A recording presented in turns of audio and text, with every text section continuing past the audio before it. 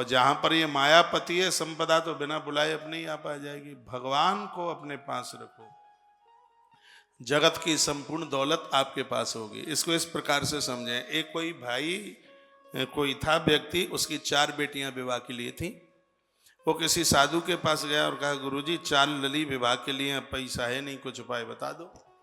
तो उन्होंने कहा कि बेल वृक्ष के नीचे श्री सूक्त का पाठ करना, और लक्ष्मी मैया आवेगी और बहुत सा पैसा देके चली जाएगी, से खूब बेटियों का विवाह करना।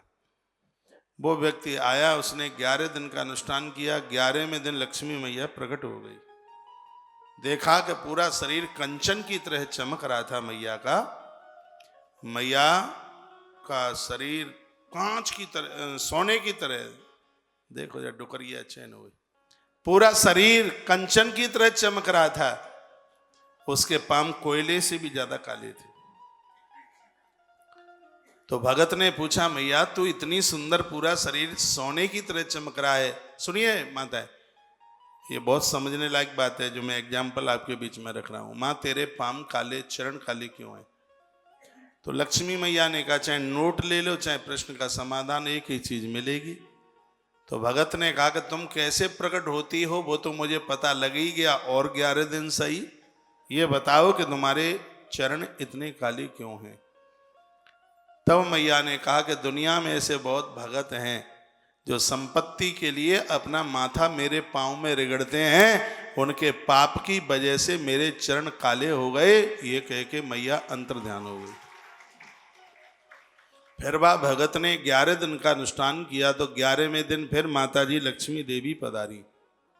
अब के कुछ आश्चर्य दूसरा था, पहले पाम काट ले थे, अब के मैया का खोपड़ा काला है, मस्तिष्क काला है। भगत अचंभे में पड़ गया, कहा माँ पहले आई तो चरण काले और अब के तेरा मस्तिष्क काला है, ऐसा क्यों? मैया ने कहा, हाँ एक ही काम होगा, चाहे पैसा ले लो, चाहे प्रश्न का जवाब ले लो। कहा अब तो पता लग ही गया है कि तुम कैसे प्रकट होती हो, 11 दिन और सही, ये बताओ कि तुम्हारा मस्तिष्क काला क्यों हो गया? तब लक्ष्मी मैया ने कहा, भगत दुनिया में बहुत भक्त ऐसे हैं जिन्होंने मेरे पति नारायण को अपने घर में प्रेम भाव से रख लिया है। मैं नारायण के बिना रह नहीं सकती, तो उन भक्तों के चरणों में मैंने अपना माथा रगड़ा। इस घर में थोड़ी सी जगह हमें भी दे दो, जहाँ नारायण है मैं वहीं रह पाती हूँ, इसलिए मेरा माथा काला हो गया। भगत ने कहा, माताजी चली जाओ, हमें तुम्हारी जरूरत नहीं है, हम तो नारायण को रखेंगे, सो दौड़ी दौड़ी तुम चल कर के आओगी। जहाँ नारायण रहेंगे वहीं उसकी लक्ष्मी वहीं रहेगी। इसलिए परमात्मा को अपने पास, बहुत लोग दिवाली को अकेली लक्ष्मी को पूजते हैं। आपको मालूम है लक्ष्मी का वाहन उल्लू है। अम्मा उल्लू पर बैठ के आएगी और उल्लू बना के चली जाएगी, उल्लू को दिन में दिखता ही नहीं है। लक्ष्मी नारायण का वाहन गरुड़ है, लक्ष्मी नारायण को पूजिए।